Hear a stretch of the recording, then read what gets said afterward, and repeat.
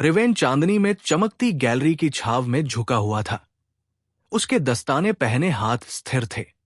आज की रात किसी मामूली चोरी की नहीं थी। ये वो खजाना था जिसका उसने सालों से इंतजार किया था। शिफ्टिंग पाथ्स का नक्शा, एक ऐसा प्राचीन मानचित्र जिसे कहते थे कि ये दुनिया का कोई भी खजाना दिखा सकता है, अगर आप इसे सही ढंग से पढ़ पाएं। कहानियों में कहा जाता था कि ये नक्शा जीवित था। ये रोजाना अपने आप बदलता, रास्ते, स्थल चिन्ह और लालची आंखों को भ्रमित करने वाले झूठे संकेत दिखाता। ज्यादातर खजाना खोजने वाले इसे पाने की कोशिश कर चुके थे, लेकिन विफल रहे। रिवेन ने घुमी हुई पार्चमेंट को छीन लिया और उसे हाथों में लेते ही एक अजीब गर्माहट महसूस हुई। उसके उंगलियों के नीचे नक्शे की हल्की रेखाएं झिलमिला उठीं और बदलने लगी। उसकी रीढ़ में एक रोमांच दौड़ गया। खेल शुरू हो गया था। सूर्योदय तक रिवेन शहर छोड़ चुका था और एक पुराने वॉच टावर के खंडहर में छुप गया था। उसने नक्शा धूल भरे फर्श पर फैलाया। पहाड़ और नदियां जीवित स्याही की तरह हिल रहे थे। जो रास्ता उसने याद किया था वो गायब हो गया। एक नया रास्ता उभर आया। उसके मन में उलझन और कौतूहल दोनों मिक्स हो गए। नक्शा लगभग संवेदनशील लग रहा था, जैसे उसके विचारों पर प्रतिक्रिया कर रहा हो।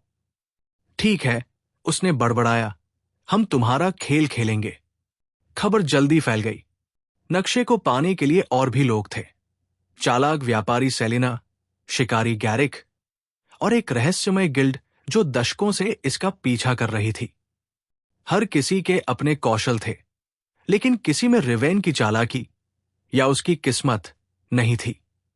रिवेन को एहसास हुआ कि नक्शा सिर्फ एक साधन नहीं था, ये एक परीक्षा था। हर दिन नई पहेली लाता। नदियां अपनी धारा बदलती, जंगल अचानक उभरते, पहाड़ गायब हो जाते, और हर बार जब वो रास्ता हल करता, नक्शा फिर बदल जाता। एक शाम रिवेन सेलिना से एक टूटते हुए घाटी में मिला। उनके पास सहयोग करने के अलावा कोई विकल्प नहीं था। हर कदम पर संतुलन बनाए रखना जरूरी था। बहुत ज्यादा साझा किया तो कोई धोखा दे सकता था। नक्शा तनाव महसूस करते ही पहले से भी तेजी से बदलने लगा। वे एक अचानक खाई से मुश्किल से बच पाए, जो 1 घंटे पहले तक वहां नहीं थी।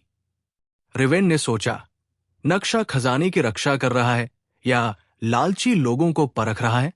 एक प्राचीन जंगल में रिवेन ने कुछ निशान देखे जो नहीं बदल रहे थे। पूरा नक्शा बदलता था, लेकिन ये एकमात्र स्थिर बिंदु थे। उनका पालन करते हुए वो एक छिपी हुई गुफा में पहुंचा। अंदर चमकती हुई रून लिखावट ने नक्शे की उत्पत्ति बताई। इसे एक जादूगर ने बनाया था ताकि वह एक शक्तिशाली कलाकृति की रक्षा कर सके जो वास्तविकता को बदल सकती थी। नक्शा सिर्फ चोरों को भ्रमित करने के लिए नहीं बदलता था, ये जीवित था ताकि इसके मालिक की रचना सुरक्षित रहे। गैरिक और गिल्ड ने पीछा किया और रिवेन और सेलिना को चट्टान के किनारे पर फंसा दिया। नक्शा रिवेन के हाथों में हिंसक रूप से मुड़ रहा था और एक छिपा हुआ रास्ता दिखा रहा था जो खाई के ऊपर जाता था। तेज सोच के साथ रिवेन ने बदलते परिदृश्य का फायदा उठाया। उसने दुश्मनों को गिरते पुलों और घुमड़ते कोहरे में फंसा दिया। नक्शा उसका मार्गदर्शन कर रहा था, लेकिन आंशिक रूप से ही उसे अपने इंस्टिंक्ट्स पर भी भरोसा करना पड़ा। आखिरकार रिवेन उस कलाकृति तक पहुंच गया, एक छोटा चमकता हुआ क्रिस्टल जो ऊर्जा से धड़क रहा था।